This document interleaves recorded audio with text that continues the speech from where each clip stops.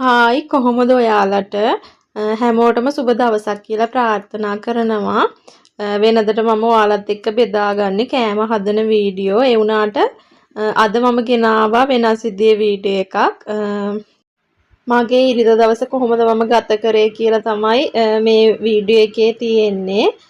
බලමු කොහොමද මම ඉරිදා දවස ගත කරේ කියලා. උදෙන්ම මම ගේම් ඔෆ් කරගන්නම් කියලා තමයි හැදුවේ. බබා හැම වෙලේම බිම දඟලන නිසා එයාට දූවිලි එහෙම ගෑවෙනවානේ හැම වෙලේම. ඉතින් බිමම තමයි සෙල්ලම. මේ විදිහට ගේම් ඔෆ් කරගෙන වේලුණාට පස්සේ මම ගේ පුටු හැම තියලා පිරිවෙලකට හදාගත්තා. ඔන්න බලන්නකෝ අපේ චූටි බබත් මට හොඳටම හෙල්ප් කරනවා.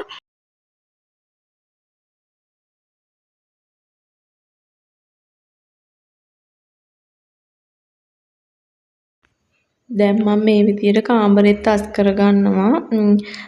ඇඳ අස් කරලා බෙඩ්ෂීට් ඔක්කොම අයින් කරලා ඒ හැමදේම හොදන්න දානවා. මම කොහොමත් ඉරිදා තමයි හැම දෙයක්ම හොදන්න දාන්නේ. ඊට පස්සේ අලුතෙන් බෙඩ්ෂීට් එහෙම දාලා ආපහු ඇඳ තිබ්බ විදියට පිළිවෙලට හදා ගන්නවා.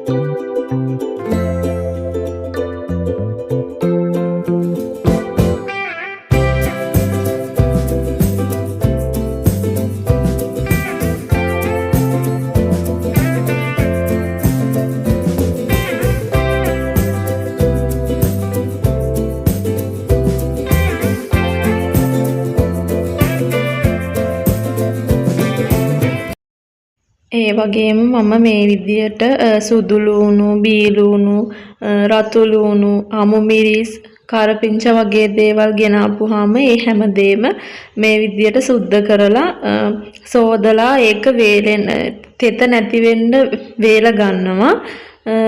පත්තරයක් කරලා ඒක උඩට දාලා ටිකක් වෙලා තිබ්බාම ඒ තෙත ගතිය නැති වෙලා යනවා.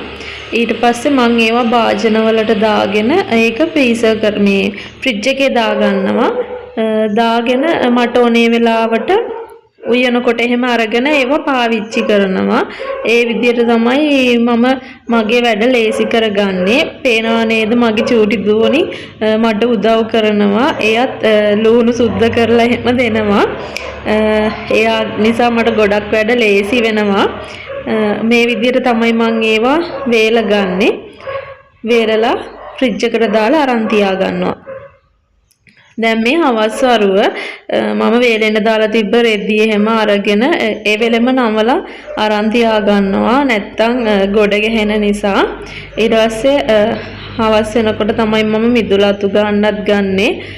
මිදුලත් අතු ගාලා දාගෙන තමයි කුස්සියේ වැඩ කරන්න පටන් ගන්නෙ හවසට. ඒ කියන්නේ මේ රැට උයන්න එහෙම ගන්නෙ හවස් වෙලා. මල් පැලවලට එහෙමත් වතුර දා ගන්නවා. මේ දවස් ටිකේ මෙහි හොඳටම අවුව දවල්ට මල් පැල හොඳටම කර වෙනවා. එළියේ වැඩ ටික ඉවර කරලා මම ආවේ කුස්සියට. බබාවත් හොදලා දාලා කුස්සියේ වැඩ කරන්න පටන් ගත්තා. පේනවනේ යා මට පොල් ගාලා දෙනවා. එයාගේ උදව්වත් එක්ක අද මේ විදිහේ කෑමක් තමයි හදාගත්තේ. එහෙනම් අදට ගිහින් එන්න. සුබ දවසක්.